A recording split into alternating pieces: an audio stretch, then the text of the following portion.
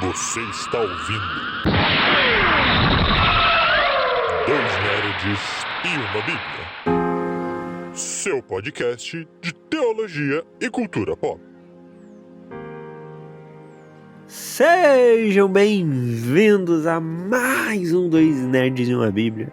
Eu sou o Beto, seu host de plantão favorito aqui, e comigo aqui eu tenho meu grande amiguinho o Lucas. E aí, Beto? E aí, pessoal? Muito bom estar aqui com vocês de novo, falando de nerdices. Estamos aqui depois de um período turbulento de sol intenso, calor intenso nessa cidade. Estamos sendo presenteados com uma garoinha, que eu espero que traga o clima curitibano, pelo menos por um breve momento, para a nossa cidade. Mas estamos aqui reunidos no Dois Nerds para falarmos de um assunto nerd, que é um assunto bastante antigo. Eu creio que é um dos conteúdos, um dos temas no mundo nerd que teve mais variedade, nas mídias, e mesmo na mídia cinematográfica, um dos que teve muita variedade, que é o famoso Homem-Aranha. E a gente aqui vai fazer o esquema que a gente fez no último nosso de Harry Potter, é um esquema meio aleatório. A gente vai falar do Homem-Aranha sem pauta, não temos nada assim preparado. Vamos comentar um pouco mais e vamos ficar mais num dos filmes, né, amiguinho? Porque senão a gente vai... Eu não consumi outros conteúdos do Homem-Aranha também. E também, se fôssemos ir em todas as mídias por onde o Homem-Aranha passou, a gente tem que ir 1 hora, né? A gente não sairia daqui nem hoje, eu acho, porque seria muita coisa. É impossível. Pois é. Homem-Aranha aí tem muito conteúdo sendo produzido. Eu sei que em quadrinhos é um número bastante vasto de números de edições lançadas aí pela Marvel durante a história. E aí teria animação, tem os games e sei lá se teria outra coisa. Tem mangá também, amiguinho? Será do Homem-Aranha? Tem mangá. Tem mangá? Olha, tem até mangá do Homem-Aranha. Como pode, né? Eu não tenho condição. Vamos falar um pouquinho do Homem-Aranha. Antes da gente entrar no Homem-Aranha dos filmes, efetivamente, acho que eu vou fazer uma introdução, né, um pouco mais nerd para aqueles que não conhecem a mim. O Homem-Aranha foi aí desenvolvido pelo Stan Lee, né? Nosso mestre das histórias em quadrinhos, o senhor dos senhores da Marvel. E ele criou o Homem-Aranha, ele fez essa história de um cara que é mordido por uma aranha, mostrou lá pros editores, né, pros colegas dele, e os caras falaram assim, na boa, quem que gosta de aranha? Como que você quer vender uma história de um cara que tem poderes de uma das criaturas que o pessoal mais odeia? Normalmente a gente põe poder de aranha ou de cobra, de escorpião pra vilão. Então, não, deixa quieto. E ele engavetou a ideia do Homem-Aranha. E aí, eu posso estar me confundindo, mas eu acho que essa é a história, tá? E aí, tinha uma história em quadrinhos lá na época, chamada Tales of Fantasy ou Tales of the Unknown. Porque como é que funcionava? Algumas histórias em quadrinhos da Marvel, eles tinham blocos, né? Então tinha os contos do desconhecido, né? Tales of the Unknown. E lá dentro tinham várias pequenas histórias aleatórias, né? Por exemplo, o Super-Homem, quando foi lançado na DC Comics, ele foi lançado no Action Comics, ou seja, nas histórias de ação. Então o primeiro volume do Super-Homem não foi Super-Homem volume 1, foi Action Comics, e o Batman foi Detective Comics, que era investigação. E o Homem-Aranha acabou sendo lançado nessa revista que tava pra fechar. Era o último volume dessa Tales, porque era uma revista que não estava vendendo. E colocaram ali a história do Homem-Aranha, o Stan Lee falou assim, já que nunca mais ninguém vai ver e vai morrer por aqui mesmo, eu vou colocar minha história do Homem-Aranha aqui. Resultado, acabou a venda do bagulho, esgotou os volumes nas lojas, eles precisaram fazer uma reimpressão do volume por causa da história do Homem-Aranha, e aí o resto é história, né? Efetivamente, ele é o herói mais amado, ele é o amigo da vizinha, ele é o herói que a gente consegue se vincular com ele. Homem-Aranha, ele é incrível, e quase foi deixado de ser publicado. Pense só, isso, meu amigo. E a chance de a gente entrar nos filmes ficando ainda um pouco nos quadrinhos, então, né, já que começamos por isso, né, que a origem do Homem-Aranha são de fato os quadrinhos, não é o cinema. Eu li, tentei ler, coloquei como meta, mas faz tempo isso, faz muito tempo. Coloquei como meta que eu ia ler todos os números do Homem-Aranha, né? Tinha colocado como meta, por ser um clássico da Marvel, eu falei, não, vou dar uma chance, né? Só que daí eu encontrei algumas dificuldades no geral com quadrinhos, né? Porque os quadrinhos antigos, gente, as HQs antigas, elas são muito, muito diferentes de como a gente produz quadrinho hoje. Então, assim, a forma de você redigir uma história é mais ou menos quando você lê um livro de literatura antigo, na linguagem deles, tá? É estranho pra gente que tá acostumado a ler literatura contemporânea, é muito estranho. Eu acho que alguns vão se lembrar que na escola, quando você recebe a tarefa de ler aqueles livros antigos da literatura brasileira, é estranho pra gente. Pra quem tem mesmo pra quem tem o hábito de leitura, eu sempre tive o hábito de leitura. Mas era muito estranho ler o Homem-Aranha, porque a forma de redigir os quadrinhos é muito descritiva. Os quadrinhos antigos eram muito descritivos. Tudo era contado, inclusive o que o vilão tava pensando, que era pra ser algo secreto, era falado ali abertamente e tudo mais. Mas eu me recordo que lendo o Homem-Aranha, dava pra ver as razões do porquê ele fez esse sucesso. É um personagem, é um personagem que tem uma proximidade conosco muito grande. É um cara que mora num bairro onde ele é amigo de todo mundo, ele é próximo de todo mundo, vem de uma família, tem uma história que a gente consegue se vincular também, que é uma história heróica. Então ele é filho de um casal que parece que morreu aí, ele não foi criado com esse casal, então ele foi de certa forma abandonado. Ele é criado pelos tios, aí ele perde o tio dele, aquela história que a gente sabe do tio Ben. Mesmo assim, ele assume as responsabilidades de ser um herói depois, que é picado pela aranha, mesmo com os desafios que isso acarreta, mesmo com toda essa história sofrida, com essa história difícil, ele tem vários momentos que acho que é uma das grandes sacadas do Homem-Aranha engraçados. Ele não é um personagem sério. Ele é um personagem muito engraçado. Ele é um personagem jovem. Acho que isso também ajuda bastante. Ele não é um adulto experiente, casado, não, é um piazão, recém saído da adolescência ali. E ele tem muitos momentos engraçados, ele tem essas tiradas, essas piadas. Todo HQ do Homem-Aranha, por mais trágico que seja a história, ele torna ela mais leve com as piadas, enfim, com as sacadas diferentes dele. Então é um personagem realmente marcante aí, não é à toa que veio para as mídias cinematográficas depois, virou animação também, e tem feito muito sucesso.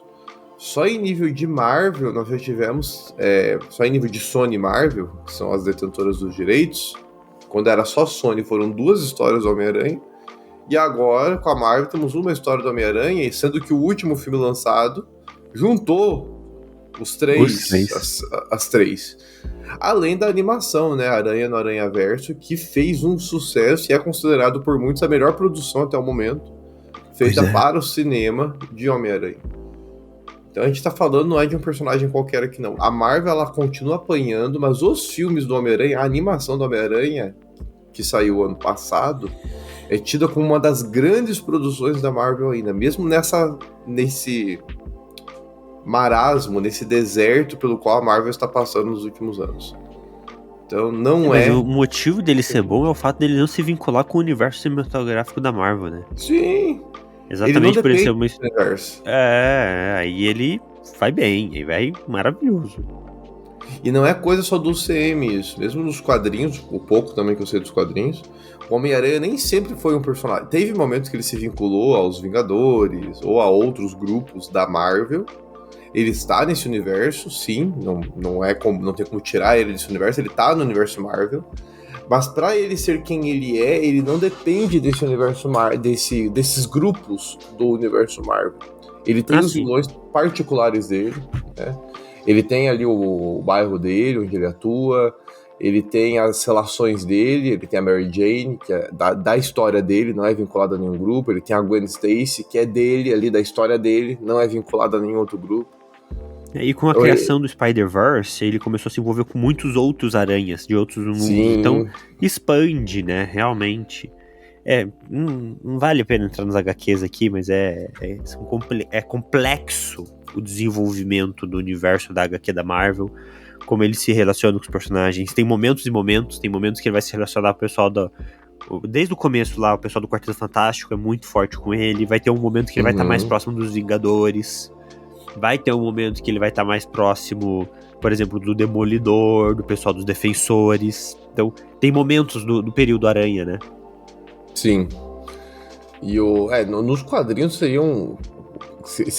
Eu conheço pouco, realmente, porque o que eu li de quadrinho da Marvel, além desses primeiros números da HQ original, foram alguns números do Guerra Civil.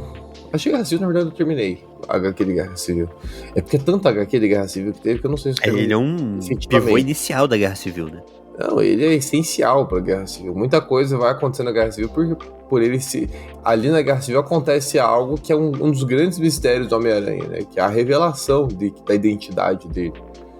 Isso é um dos marcos do Homem-Aranha que a Marvel quebrou no Guerra Civil e em alguns outros depois, nas outras mídias que foram surgindo, a Marvel viu que é legal e foi usando também nos vários outros micro-universos do Homem-Aranha. Mas a revelação de Peter Parker foi um impacto muito grande, né? Porque era um dos grandes mistérios, muito valorizado em toda a história da Marvel, a identidade secreta do Homem-Aranha. E em Guerra Civil ele se revela que ele tá do lado... Ele é um dos poucos personagens que muda de lado na Guerra Civil, né? Ele inicia estando ao lado do Homem de Ferro, ao lado do governo, e aí depois ele se arrepende. Só que daí já revelou a identidade, aí não sou. Dito isso, meu amiguinho, vamos pros filmes de Homem-Aranha. A gente não vai falar filme por filme, né? Senão a gente vai ficar muito tempo aqui. Vamos falar, eu acho que das trilogias, não, dos universos como próprio. Começar pelo Sanheim, o original. A gente tem um carinho muito grande por ele, né, pela nossa idade. Foi se eu não me engano, o primeiro filme que eu fui no cinema assistir com meu pai. Né, meu pai, ele é um grande apoiador do mundo nerd. Ele não é nerd, mas ele é um grande apoiador, né, do mundo nerd. Me levava no cinema pra assistir os filmes da Marvel, Star Wars. O pai é muito fã de Star Wars. Abraço, professor Roberto. O Homem-Aranha acho que foi o primeiro filme que a gente foi junto, sabe? E, caraca, eu lembro que meu pai é tão empolgado quanto eu vendo aquele filme no cinema. Cara, Sam Raimi, eu não lembro se foi no cinema que eu assisti, eu acho que foi também, já era, só que não foi meu primeiro filme, né? Meu primeiro filme não foi tão bom quanto o seu. Meu primeiro filme foi primeiro filme com o meu pai. Meu primeiro filme foi Pokémon. Não, meu primeiro filme já foi com... No caso, meu pai nunca me levou no cinema, né? Então, meu primeiro filme já foi com a minha mãe, que é quem gostava mais de cinema. Mas com a minha mãe foi Stuart Little, foi menos emocionante. Mas não é um Homem-Aranha. Não, Homem-Aranha, realmente. Não é ruim, mas não é Homem-Aranha. Mas eu também sou um grande fã do Sam Raimi, cara. Eu confesso que foi nas trilogias... Hoje, olhando pra trás, eu vejo o quão bom foi essa trilogia do Sam Raimi. Na época que saiu, eu curti demais. Não tinha tudo isso que a gente teve de discussão hoje. É um Homem-Aranha mais velho. Gente, o protagonista ali, como que é o nome dele? Tobey Maguire? O Tobey Maguire, na época, era um jovem. Não tem isso. E quando você compara, e na minha cabeça, mesmo depois de vermos 3 versões de Homem-Aranha pro cinema, talvez pelo jeito nostálgico, talvez porque eu fui da geração que viu o primeiro Homem-Aranha, eu não consigo vincular um personagem que se pareça mais com o Peter Parker real, senão o Tobey Maguire. Nenhum dos outros 2 atores, pra mim, consegue se aproximar na imagem visual que eu faço hoje do Homem-Aranha. Eu acho que o Tom Holland vai bem nesse sentido, melhor do que o Andrew Garfield. Mas eu acho que o Tobey Maguire tem uma semelhança com o Homem-Aranha dos anos 90, da série. Isso... Que era o Homem-Aranha mais velho, era o Homem-Aranha que tava na faculdade. Ele lembra muito o Homem-Aranha daquela animação mesmo, a animação da Fox, se não me engano. Acho que era a Fox que fazia a animaçãozinha do Homem-Aranha. E então o Tobey Maguire, pra mim, foi um personagem marcante. Além disso, teve, da minha percepção aqui, de novo, não estamos aqui entrando em minúcias, se é bom, se não é bom os filmes. Mas eu me recordo que os 3 filmes eu vi com muita satisfação também. Não tinha essa crise de ser um filme bom, ser um filme ruim. Pra mim, os 3 filmes foram excelentes. Excelentes. O Duende Verde, que vai perpassar aí o primeiro e o terceiro filme, é um grande personagem desenvolvido. Na época, eu considerei um grande personagem. Me vinculei ao grande problema ali do Norman e depois do filho. Esqueci o nome dele. Mas os Osborn ali, vinculei meus problemas deles. O 2 é de fato um filme sensacional. O Dr. Octopus é um vilão muito marcante. Toda a trama do 2 é muito boa. O 3 talvez seja mais frágil, mas eu me recordo da sensação de ver o Homem-Aranha lidando com aquele número de vilões. Cara, era muito heróico. Era muito heróico ver aquela cena. Hoje, talvez olhando, talvez não é aquela qualidade de filme, talvez não seja, mas na época eu tava cagando andando pra qualidade de filme, eu queria ir pro cinema ver e ficar fascinado com aquele nível de luta, de efeitos especiais, ver o Homem-Aranha lidando, se eu não me engano no filme 3 temos o Homem-Areia lá, aquele cara de areia, o Duende Verde, Macabro, no caso. Isso, tem o Venom. Assim, não tô metendo no mérito se era bom ou não o filme, se foi boa ou não a qualidade. Eu estou falando de 3 vilões épicos lidando com o Homem-Aranha numa luta final ali. É bom demais. Pois é, então, eu não gostei desse terceiro, desde do lançamento dele. Eu fiquei muito decepcionado com a forma como eles lidaram com os personagens. Eu acho que na época eu já tinha um envolvimento maior com o Homem-Aranha em HQ, sabe? Eu não consigo me vincular com carinho com esse filme. Eu entendo que ele tem as suas qualidades, né? Principalmente de visuais. Aquele Homem-Areia. Mas eu acho que, pra mim é isso. É só o Homem-Areia. Ele é o único personagem bom pra mim nesse filme. Eu sinto que a forma como o Venom foi lidado não valorizou o personagem. A forma como o Doente Macabro também foi desenvolvido ali, sei lá, não me pegou. Então eu acho também que eu assisti 1 ou 2 vezes no máximo esse filme, enquanto os outros, mais de 10. Mas não sei. Não tive uma boa experiência com Homem-Aranha 3, sabe? Não, eu entendo, porque hoje eu falo daquela época, né? Hoje, se eu olho pra trás, tendo um contato. Por que eu falo que a ignorância às vezes é uma benção, né? É um hoje, fato. Quando a gente volta pra trás. A própria ideia de um Homem-Aranha depressivo, né? Não houve um bom desenvolvimento para ele se tornar aquele homem depressivo que ele se torna, meio emo. Na época, os movimentos emo estavam bem fortes aqui em Curitiba, né? O movimento emo e outros movimentos. Então eu lembro que o pessoal vinculava e já zoava desde aquela época, né? O homem, os memes que tem aí, gente, não são novos, não. São memes antigos. Só não tinha esse nome, meme. Eles são antigos. Mas eu lembro dessa questão depressiva. O Venom, na verdade, é um personagem injustiçado em todas as mídias até agora da Marvel pro cinema, verdade, eu não né? assisti o filme do Venom. Não faz... Bom, assista, tenha a sua experiência. Pois é. Creio que ela será ruim, mas então, é engraçado, né? Porque assim, aparentemente as pessoas não gostaram do filme, mas tá valendo a pena fazer a continuação, porque já fizeram 2 e parece que não desistiram. Daí eu não entendo nada, sei lá. Eu não achei muito bom, não. Fui no cinema ver, mas não achei aquelas coisas, não. Acho que o Venom é um personagem muito injustiçado pra qualidade de vilão que ele é. Não sei se ele é assim nos quadrinhos, não sei. Mas eu sinto que a Marvel tornou ele um personagem muito mais de comédia do que um personagem vilanesco, cinzento. Entendi. Agora, o Homem-Aranha 2, 1 é bom. Ele é forte, sabe? Ele é estruturado. A apresentação do personagem ainda é... O que a gente tinha de filme de herói na época? A gente tinha Batman, Super-Homem, né? Assim, bem consolidados. Eu acho que na época já tinha lançado o filme dos X-Men. Que não é aquela coisa, mas assim, tá ok. Porque se eu não me engano o filme dos X-Men é 2000 e o do Homem-Aranha é 2001, 2002. Mas assim, ele é um filme com coragem. Ele estrutura bem a entrega dele do Homem-Aranha, com os efeitos e tudo mais. Agora, o 2, ele é profundo. Ele traz um desenvolvimento de personagem muito bom. Né? E ele traz esse que é, tirando o Duende Verde, que é um ótimo personagem, o Dr. Octopus, ele é o grande vilão do Homem-Aranha. Ele é o cara que sempre, sempre, sempre, sempre, sempre nas histórias do Aranha é o cara que traz problema, é o cara que lidera o Sexteto Sinistro. E ele é o Coringa do Homem-Aranha. E eles fizeram um ótimo Octopus. Então, trazer esse Octopus agora pro último filme do Homem-Aranha aí junto com a Marvel, como um dos vilões principais, cara, foi uma ideia genial. Porque os fãs veem aquele Octopus com aquele ator com uma forma muito carinhosa, porque ele é um personagem muito cativante. E novamente é um personagem que você vincula a imagem com o Octopus das mídias anteriores.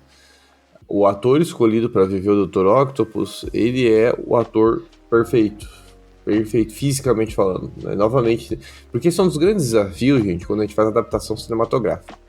Você selecionar um personagem que consiga, na sua atuação, nas suas falas, replicar o personagem que já tá na memória dos fãs. É uma grande responsabilidade, na verdade. Porque a ideia não é desvincular do material original. As pessoas querem que se crie um vínculo. Por mais que elas tentem criar algo inovador, e tenha esse aspecto inovador na adaptação, eu não quero perder totalmente o vínculo com o que já foi produzido.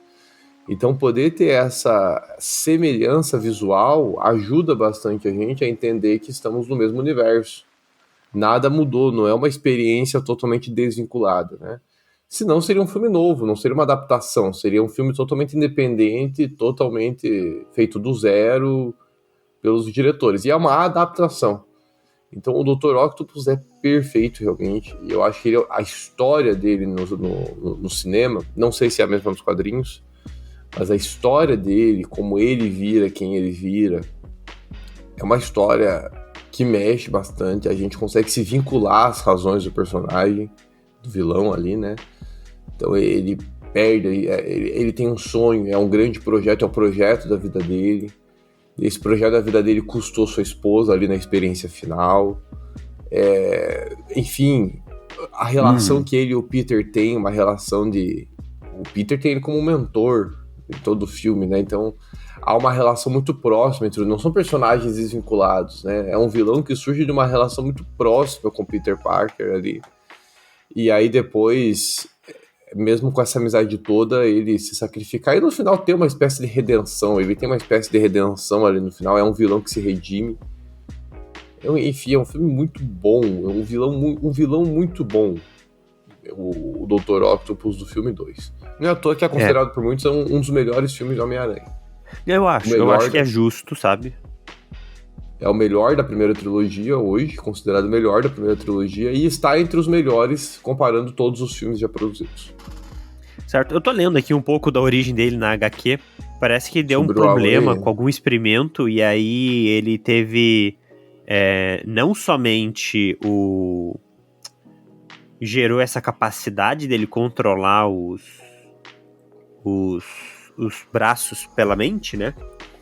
Porque no filme, e aí os filmes fizeram isso, os originais, de uma forma muito inteligente, a forma como eles humanizaram os vilões do Homem-Aranha, no sentido de que a gente consegue entender o Duende Verde ali, do Defoe, que é maravilhoso, hein? O Defoe com o Duende Verde, aquele bicho da pesadelo, velho. O Defoe como qualquer personagem vilanesco. Cara, ele é maravilhoso, velho. É um excelente ator. Nossa. A gente não pode esperar menos de William Defoe. Pois é. Então, e aí no filme, quebra o chip de supressão. Ele tem um chipzinho que ele coloca ali nos tentáculos, na inteligência artificial dos tentáculos. E quando quebra esse chipzinho, os tentáculos dominam a mente dele, né? Na HQ, a origem na HQ, ele passa por um experimento, ele dá um ruim no experimento dele, a la Hulk, sabe? Explode o bagulho lá, e isso gera nele um dano cerebral. Ele recebe um dano na mente, ele fica louco, porque ele recebe um dano mental mesmo. E aí, além de dar a capacidade dele controlar os braços, e dar capacidade mental sobre-humana, ou seja, ele vira realmente um gênio, ele fica doido. Então é muito mais do personagem do que, nossa, tem uma influência de uma inteligência artificial. Não, o cara é doido mesmo. E tem um período até que é o Superior Homem-Aranha, das HQs, que é muito interessante, mas eu deixei isso pra outro momento, que trata um pouco sobre esse assunto. Legal. Porque esse dano cerebral dele vai... É tipo assim, a gente não sabe, mas o Dr. Octopus, ele tem tempo de validade. Ele faz o que faz porque a morte dele é iminente, isso nas HQs. Ah, tá. Não, até eu paralisei aqui, falei, oi? Eu não cheguei nesse nível de informação. Não, isso nas HQs. Então é muito interessante isso. Não, então, é um personagem que tem uma história interessante. Isso é legal no Homem-Aranha, ele tem uma variedade de vilões tão grande e vilões bem desenvolvidos, né? Não é à toa que uma das críticas que o pessoal faz, e aí vamos adentrar já talvez a próxima sequência de filmes. Sim, não é à toa que essa é uma das críticas que eu ouço bastante quando a gente fala da saga de filmes do Andrew Garfield.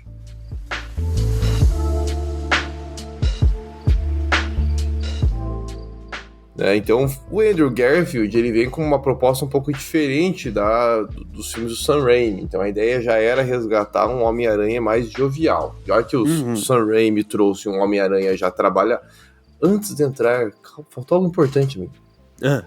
Que é uma virtude da saga de Sam Raimi. Uma Tia May, veridicamente Tia May. Tá, com todo respeito aos próximos filmes. Tá o certo, do Andrew Garfield, a Tia May já sofreu uma jovialidade ali. Ela já ficou mais nova. Agora, o que fizeram, com todo respeito, a saga do novo Homem-Aranha, do Tom Holland, botaram uma moça fazendo a Tia May. A Tia May tem que ser uma velhinha. Vamos concordar do seguinte. O do Tom Holland, nós temos uma Tia May. Na do Sam Raimi, a gente tem uma vovó May, mas que bate muito mais com a HQ.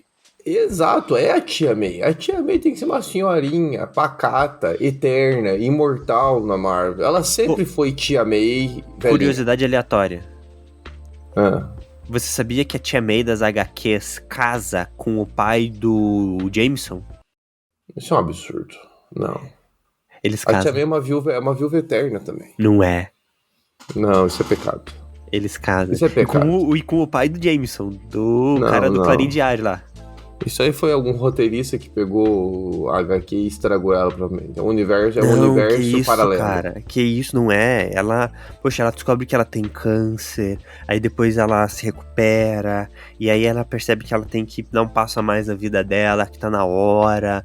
Anos, os caras construíram muito bem. Meu Deus do céu. Com uma HQ, por sinal, muito bonita, onde o Homem-Aranha enfrenta vilões incríveis e tudo mais, e com todo aquele... Porque as HQs tem muito monólogo interno, né?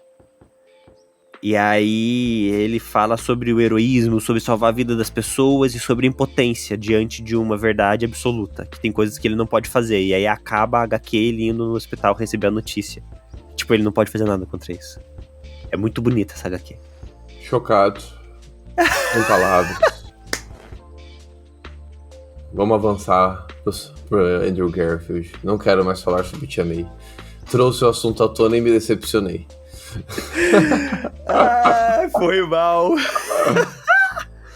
Toda a minha Mas eu concordo. de Tia May Eles deram foi impactada. Eles deram essa jovialidade pra ela. Não sei até onde isso era necessário. Eu tô gostando. Assim, pra mim é um elemento secundário. Não vou dizer que é algo. Quebrou, tornou a experiência do Homem-Aranha do Tom Holland horrível. Não, até porque o filme é bom, independente de ser essa Tia May ou não. Mas quando eu penso em Tia May, novamente, a imagem pra mim é muito importante na adaptação. Então, a Tia May que eu vinculo com a Tia May do que eu conhecia antes do Homem-Aranha é a Tia May do Sam Raimi.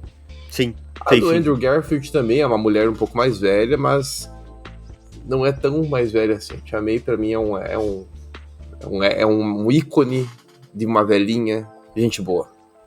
Ok. Mas, enfim, é um ícone da velhice. Isso. Nós estávamos falando do Andrew Garfield, amiguinho. Eu confesso que eu tava com uma grande expectativa por toda a propaganda que foi feita à época. A Sony, ela queria emplacar o filme do Homem-Aranha de novo, dada a qualidade que foi a trilogia do Sam Raimi, né? Então, eles tinham muita convicção. Eu lembro que os discursos, na época que eu ouvia, no do Andrew Garfield, eu já tinha mais contato com esse mundo da cultura pop, com um pouco mais de intensidade. Então, eu ouvia muito falar... a Sony fez um merchan muito intenso nesse filme do Andrew Garfield, contando com a força da trilogia do Sam Raimi. Então, havia um background muito forte né, favorecendo a vinda dessa nova trilogia. A proposta era uma trilogia, de uma nova trilogia, só que agora focando no Homem-Aranha mais jovial. Essa era a ideia. Então vamos botar um Homem-Aranha na escola, né, nesse período de transição, que é um período bastante intenso. Dessa forma eu consigo um público mais jovem também, porque daí eu boto uns dramas, umas tramas mais joviais, ele com a Gwen, vamos mudar o casal ali, não vai ser a Mary Jane, vamos trazer Gwen Stacy pra história. Vamos adaptar um dos arcos mais tristes do Homem-Aranha, que é a morte de Gwen Stacy. É uma grande crise que o personagem tem que levar. Essa então, cena é muito bem adaptada, por sinal. Sim. É uma série de filmes que tinha um potencial, no meu ver, muito grande na mão. Você adaptar um Peter Parker que perdeu o tio, que já é natural, né? Isso a gente tá acostumado em todos os filmes do Homem-Aranha, né? Então que perde o tio. E que perde. E aí entra numa relação amorosa, perde essa relação amorosa. Aí que entra também numa dificuldade para se inserir no mercado de trabalho, para se inserir nos estudos. Tem uma dificuldade relacional. O Andrew Garfield, isso ele conseguiu passar muito bem.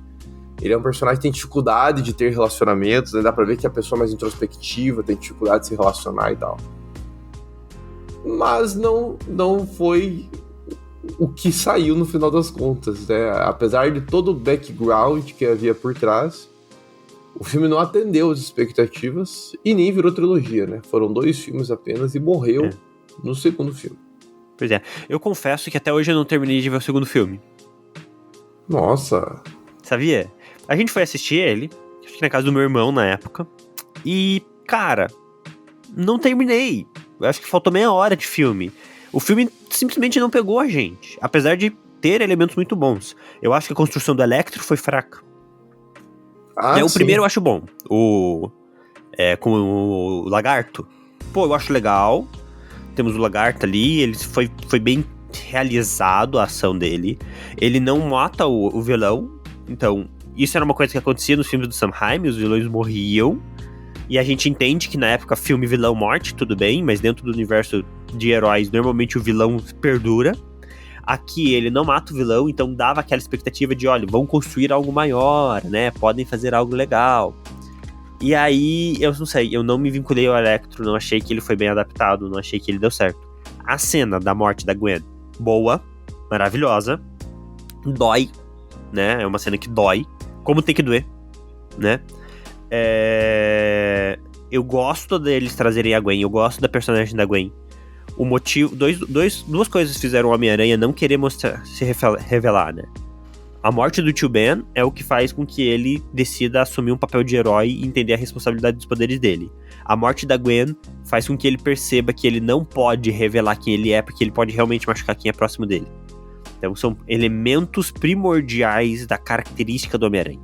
A Mary Jane, ela tem muitas histórias envolvendo o Homem-Aranha nas HQs. Ela chega a morrer, ela chega a voltar, ela chega a ser clonada. Acontecem várias coisas. A Gwen não. Ela morre e acabou. Demora para trazerem a personagem da Gwen de novo. Trazem ela num evento com o Chacal, que é o cara que faz os clones.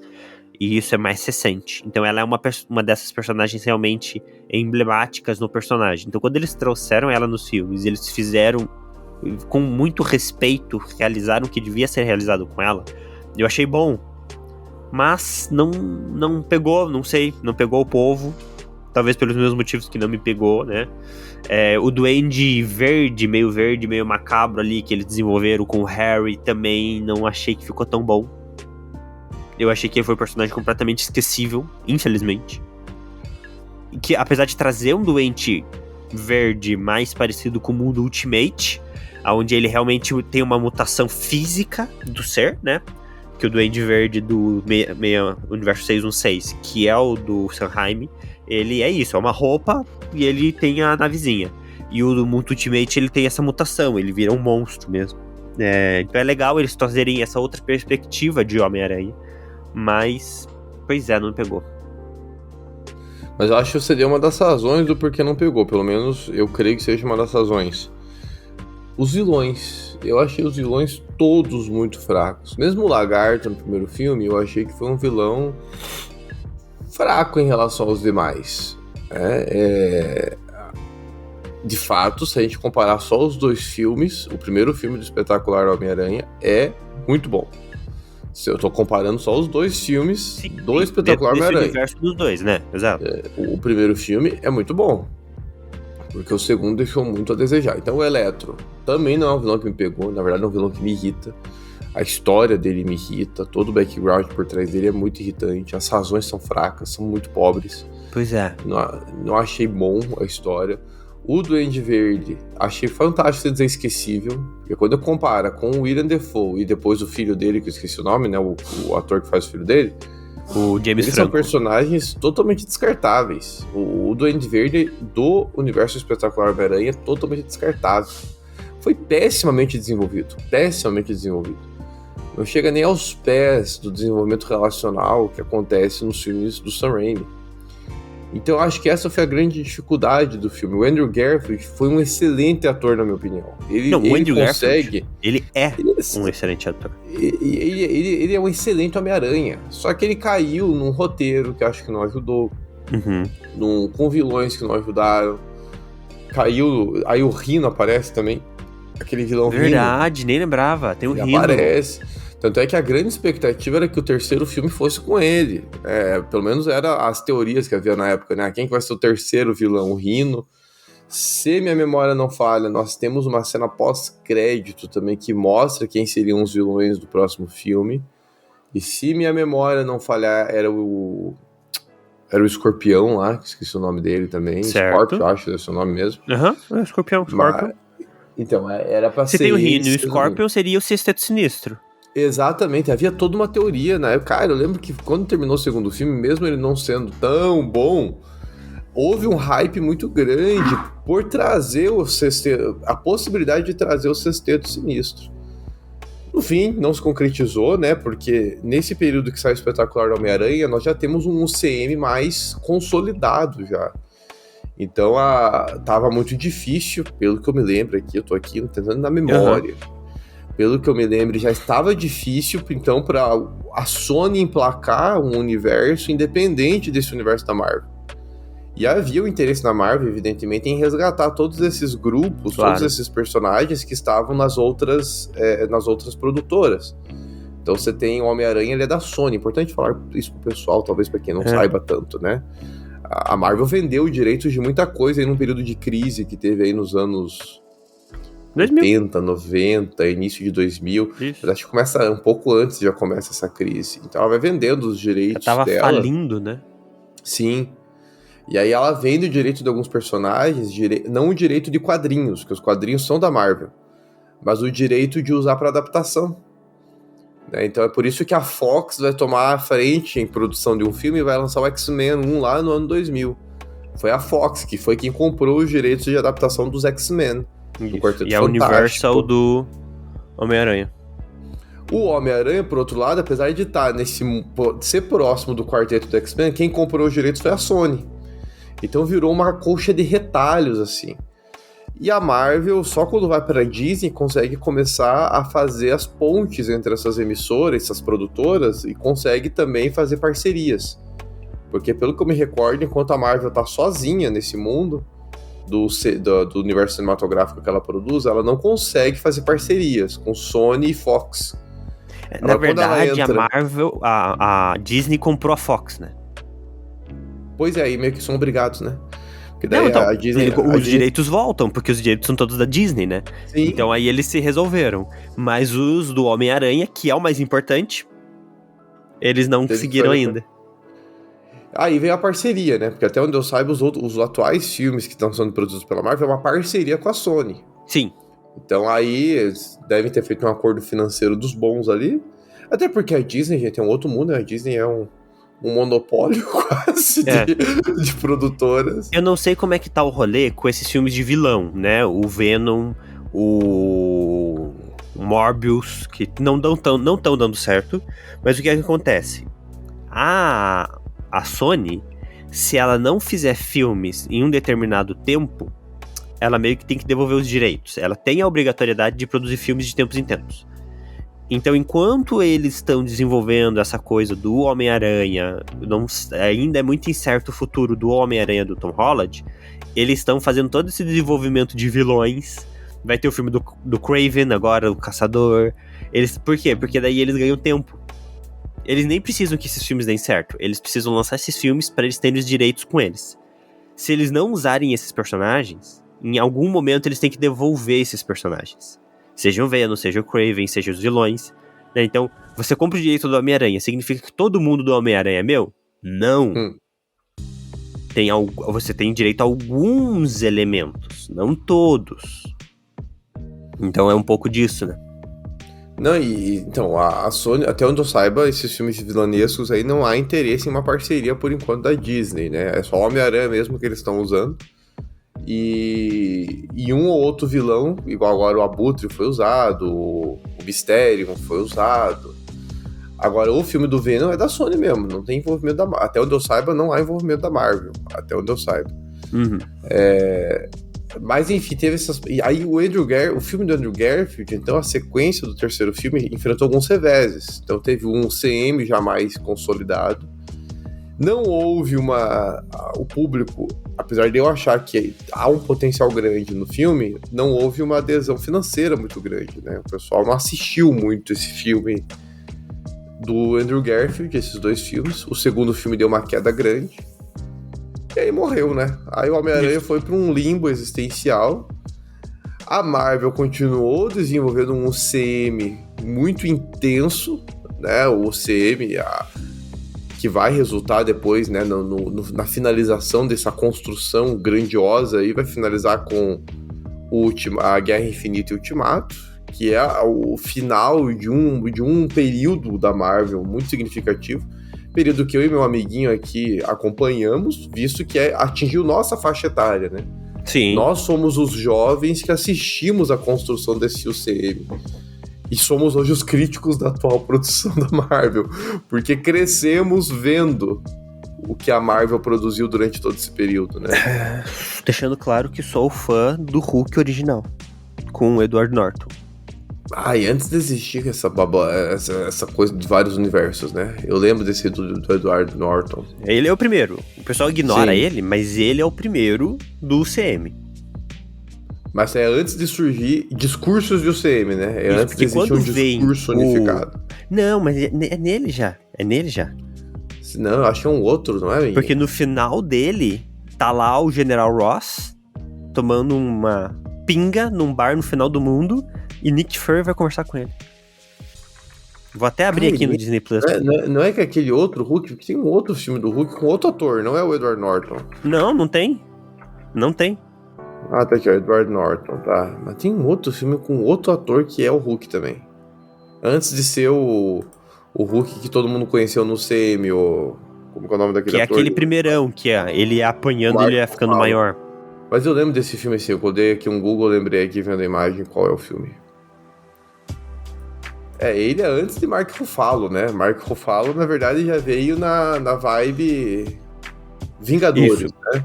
Exato. Quando o Hulk é apresentado nos Vingadores, o personagem não tem uma história de origem, porque ele já teve a história de origem. Na verdade, o próprio filme, esse filme do Hulk não tem uma história de origem, né? Ele não é uma história de origem, ele já é o Hulk, ele já existe, ele já tá fugindo. Né? Então ele é um ser que já existe nesse universo, até porque o Capitão Ross lá já tá envolvido e tudo mais. Mas Entendi. tá, outros assuntos.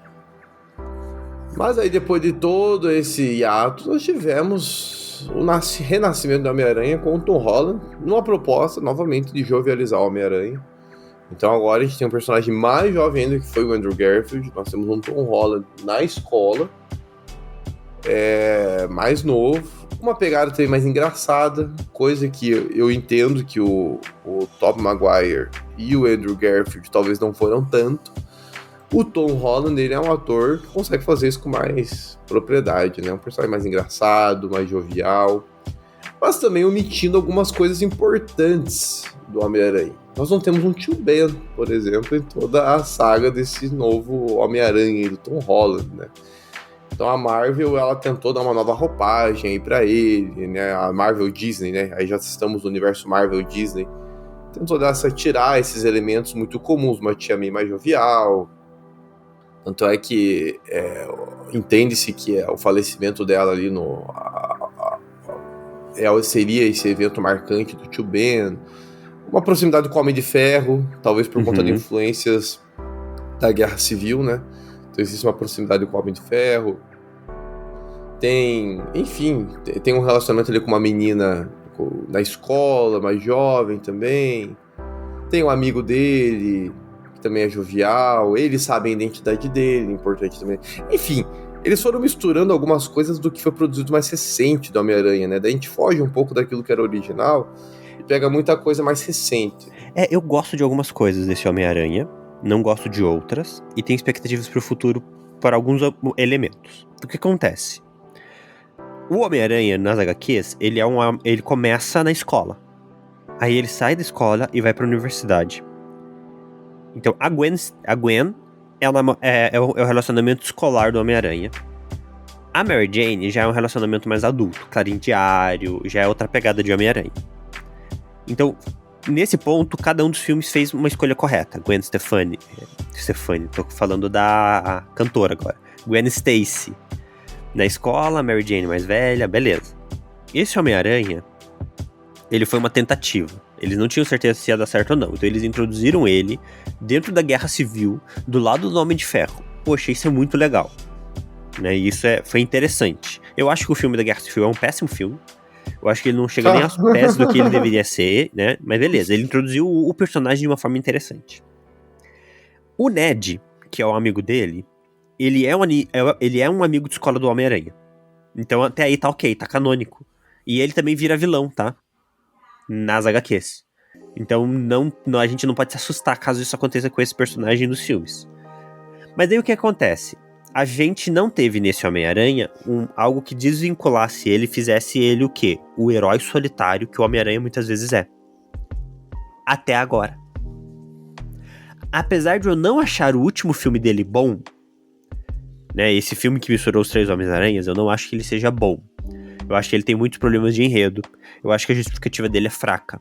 Eu acho que ele podia ser muito, muito facilmente resolvido com o Doutor Estranho, que é o Mago Supremo, falando não. E ele faz uma magia e pronto, acabou. Então não faz sentido pra mim todo o desenvolvimento do filme. Mas, efetivamente, a gente tem agora um Homem-Aranha que tá impactado pelo fato de perder uma pessoa, um ente próximo, que é a Tia May. Todo mundo esqueceu quem ele é. Então a MJ, que não é Mary Jane, tá? É só MJ. Ela não lembra quem ele é.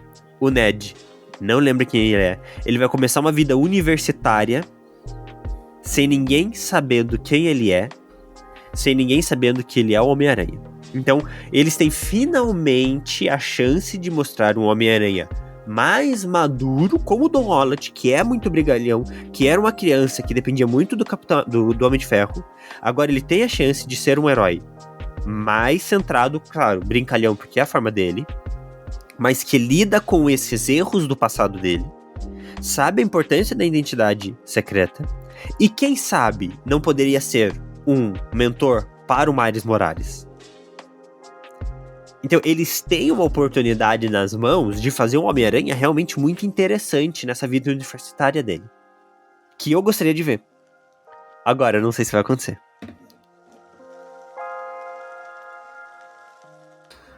Então, a saga do Tom Holland, eu também tenho essas questões que me incomodam bastante, porque eles escolheram um lado do Homem-Aranha, né? Escolheram um ângulo do Homem-Aranha, que é esse ângulo mais escolar. E eu entendo, a gente tem que escolher, não dá pra adaptar tudo, né? Você tem que escolher algo pra adaptar, visto que é uma trilogia, e parece que não, mas filmes são muito mais curtos do que um universo de quadrinhos, do que um de séries. Apesar de ter 2 horas de filme, os filmes são mais limitados, né? Porque tem que apresentar personagem, então você não pode partir do pressuposto que todo mundo sabe o que tá acontecendo ali. Mas eu compartilho da sua experiência em relação ao 3º filme, eu entendi tudo porque eles fizeram. Se o Doutor Estranho resolvesse daquele jeito, não teria filme, né? Mas ao mesmo tempo vem a indagação, né? Como um mago supremo. Precisava ter o filme, né? Então, o mago supremo comete um erro básico daquele, né? Nós estamos falando do mago supremo da Terra, né? Não estamos falando de um aprendiz de magia. Nós estamos falando de um feiticeiro inconsequente. Estamos falando do mago supremo, a pessoa que tem o dever de proteger todo esse universo no que tange ao mundo de magia. É só isso que o Doutor Estranho é. O mago mais poderoso do nosso universo. O filme não precisava acontecer. Temos aí a volta, tem a questão nostálgica, você traz os outros personagens e o pessoal vibra. Eu fui numa sessão péssima, onde todo mundo ficava gritando, eu queria morrer. Daí você não conseguia ouvir o filme, eu fui ver dublado. Aí você não conseguia ouvir o filme, que o pessoal ficava gritando. Então foi um surto coletivo ali naquele filme. Ah, é legal. Mas enfim, né, amiguinho? Eu também tenho um pouco de dificuldade com esses filmes do Tom Holland, embora eu entenda a razão da adaptação. Mas eu tenho um pouco de dificuldade. Eu acho que eles são mais assertivos do que o do Andrew Garfield. Eu acho. Sim, gente, com todo respeito ao Tobey Maguire, eu acho que o Andrew Garfield é o melhor ator dos três, tá? Com todo respeito ao Tobey Maguire. Hã? Melhor ator. Melhor ator. Com todo respeito ao Tobey Maguire. Não é o melhor Homem-Aranha. Gosto mais do Tobey Maguire. Gosto mais dos filmes, da forma como a construção do Tom Holland tem sido feita, com essas possibilidades de personagem. Mas como o ator em si, o Andrew Garfield, eu acho ele maravilhoso. Tanto que até é bom que não aconteceu o terceiro filme dele, porque daí ele teve a oportunidade de fazer até O Último Homem. É verdade. Já assistiu, amiguinho? É muito bom. Então, é muito não bom. teríamos até O Último Homem se ele tivesse feito o terceiro filme do Homem-Aranha. Então foi bom. Foi bom. É um dos poucos filmes crentes que eu assisto e gosto. Não, maravilhoso. Então, assim, eu gosto do Tom Holland, desse Homem-Aranha. Eu acho que ele tem um potencial. O que acontece agora? Acontece que a gente tá nesse marasmo que você chama? Da Marvel? É limbo, marasmo, hiato. Palavra deserto. maravilhosa. Essa coisa que a gente não sabe pra onde vai. A Marvel tá com dificuldade de acertar. Claro, a gente teve Doutor Estranho, a gente teve Pantera, a gente teve Guardiões, que foi maravilhoso. Mas a Marvel não tá conseguindo acertar todos os filmes igual ela fazia. E o relacionamento com a Sony não é dos melhores, né? Funciona, mas não é dos melhores. Então, o que fazer, como fazer, também depende muito do que eles querem desenvolver.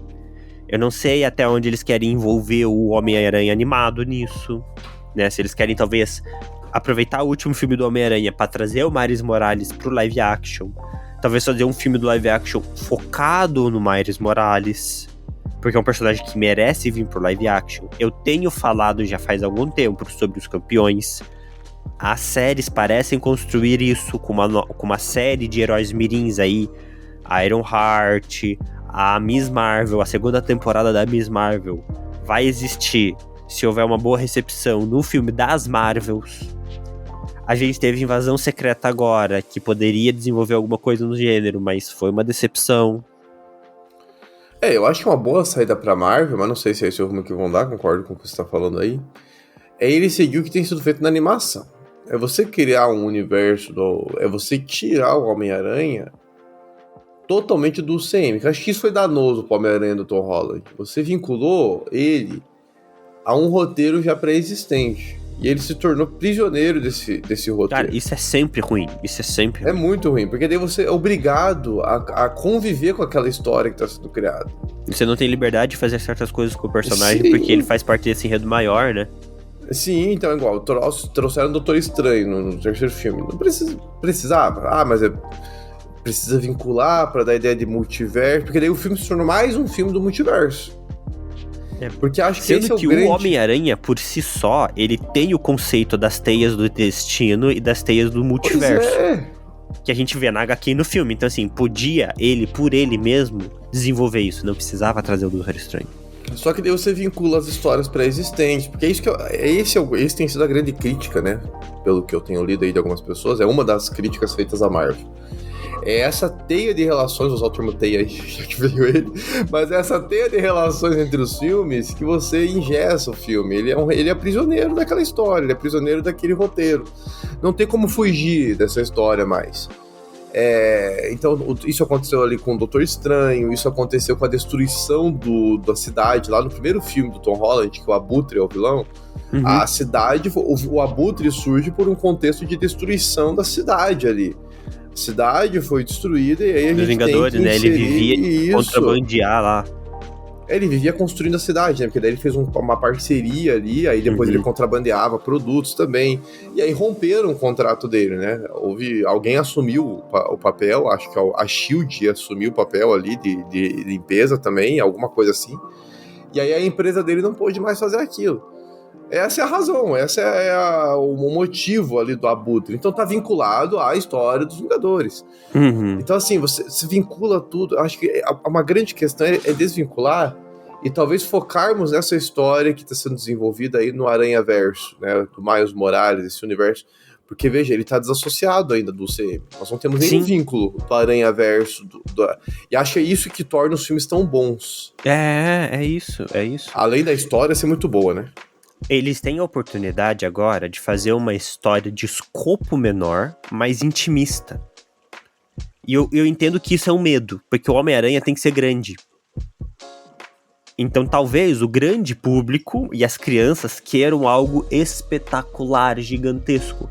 Mas nós, velho de guerra, nerdzão raiz, eu quero ver um Homem-Aranha mais intimista. Ele lidando com esses problemas pessoais dele.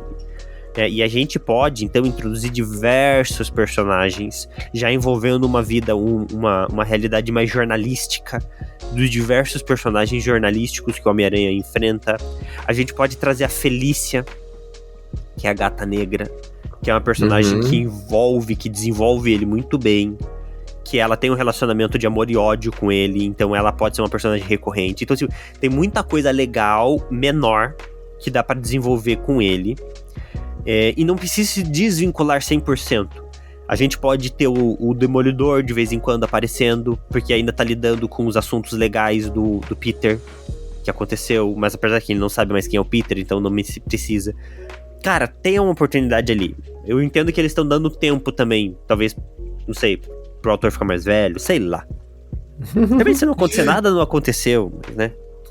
Mas eu acho que o grande hoje, a Marvel vai investir nessa parte do Miles Morales mesmo. Acho que é o caminho, não tem muito pra onde correr. É o que tá dando certo, né? É o que tá dando certo. Por mais que os 3 filmes aí do Homem-Aranha do Tom Holland tenham feito sucesso, a trilogia em si já encerrou. Não sei se era a ideia, né? Mas, enfim, tem sido esse ritmo, né? Trilogias. A trilogia já encerrou.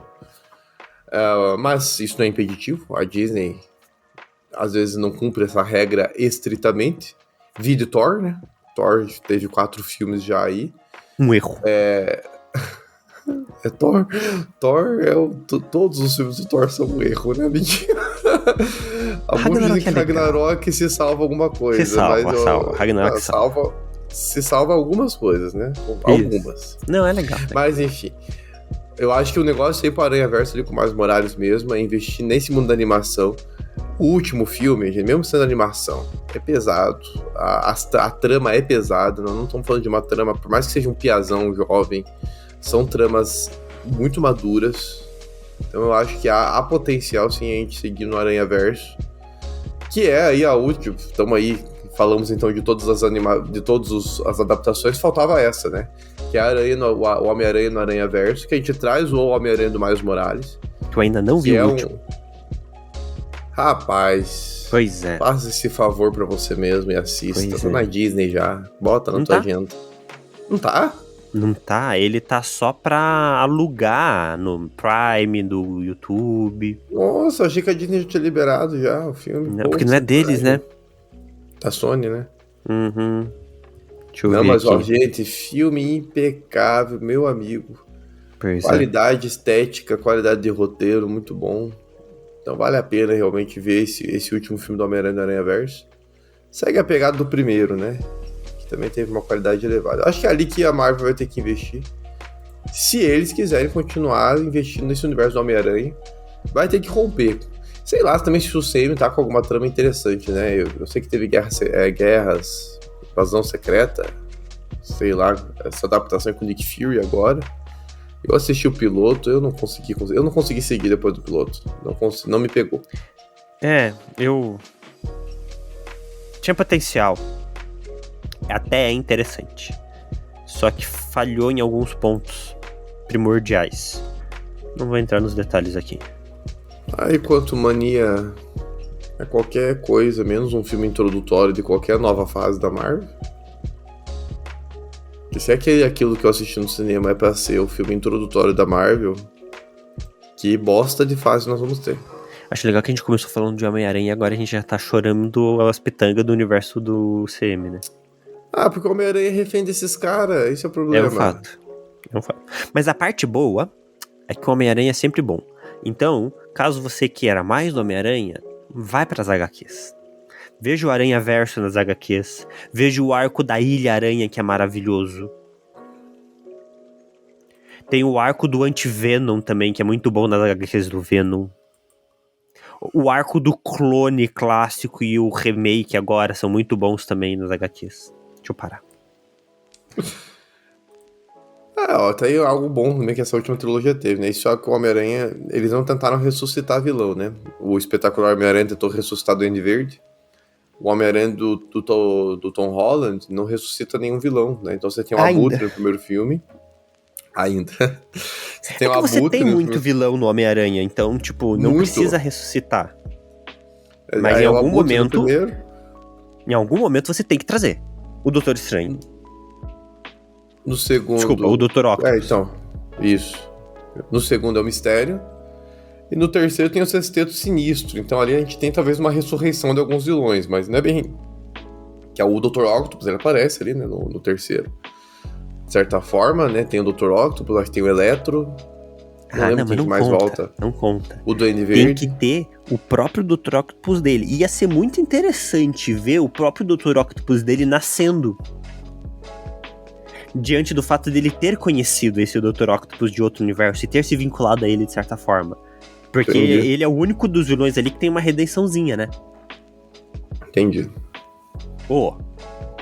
Sim. Seria muito legal. Não, o Dr. Octopus tem redenção. É um dos poucos vilões que tem. Embora o Duende Verde se arrepende no final também, né?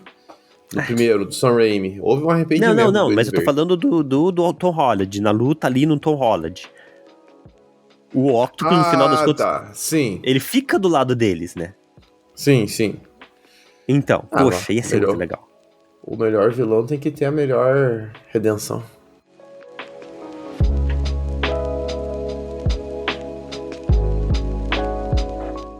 É isso, então. Porque, cara, Homem-Aranha é muito bom. Não adianta. Eu tenho aqui em casa, por sinal, a HQ do Ultimate, do universo Ultimate, quando o Homem-Aranha se sacrifica pra salvar o Capitão América e ele morre, ele leva um tiro pelo Capitão América. E ele morre no universo Ultimate, que foi o pivô inicial para a criação do Miles Morales. Eis uma HQ que vale a pena ser lida. Cara, eu lembro de uma época que eu tava começando a ler quadrinho como criticavam o universo Ultimate. Hoje adaptam a tiro e a torto. É, porque precisa, né? Ele trouxe possibilidades, ele trouxe ideias diferentes. Havia muita crítica. Tava começando o universo Ultimate quando eu comecei a ler quadrinho. Começando, pelo menos, aqui no mercado editorial brasileiro, né? Não sei se lá fora já tava mais forte. E a crítica era muito severa pro universo Ultimate. Meu Deus. Que era isso, ele era tudo mais jovem, era tudo mais leve. É isso, então. Obrigado, amiguinho, pelo seu tempo aí de manhã. É sempre bom falar de nerdices com você, meu amigo. Sempre bom falar de nerdices com o pessoal. Bora, pessoal, segue a gente lá, Instagram, YouTube, vocês sabem lá, tudo sabe, vocês já sabem, vocês ouvem a gente aí direto, vocês já sabem onde que a gente tá lá. Comenta, compartilha, curte, critica se quiser criticar também, manda inbox, manda aí e a gente vai se adaptando, que nós estamos aqui pra falar com vocês, né? Não é só eu e o Beto, não, mas é pra falar com vocês também. É isso, meu amigo. Fechou, é isso. Um beijo pra vocês, povo.